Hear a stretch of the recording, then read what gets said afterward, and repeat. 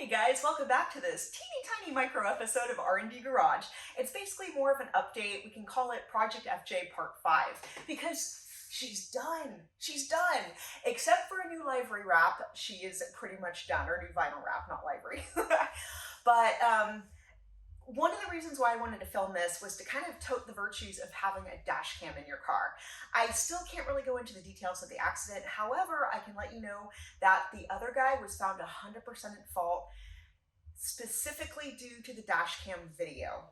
And you know, it's that kind of thing where it's like, we had put dash cams in this car maybe about, gosh, 5 or 6 years ago. Yeah, because someone shot at me on the freeway in Petaluma with a paintball gun. And that's like a story for another day. But suffice to say, it scared us enough to be like, man, I wish we'd had dash cam footage of whoever decided to shoot that.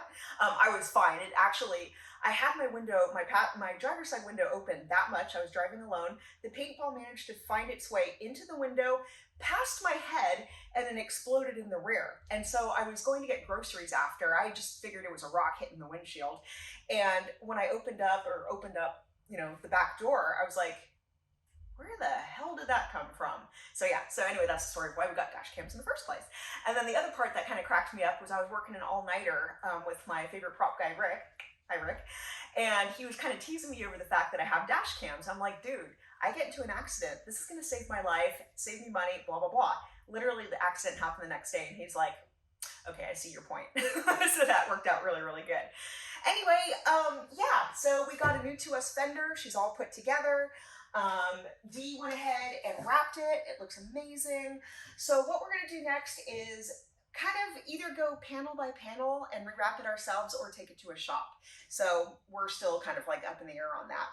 But at any rate, I want to thank you guys again for all the messages I received after the accident. It really touched me that so many of you like cared about what happened. And trust me, I was crying as much from the accident as I was from all the sweet, sweet people that reached out to me. So thank you for that.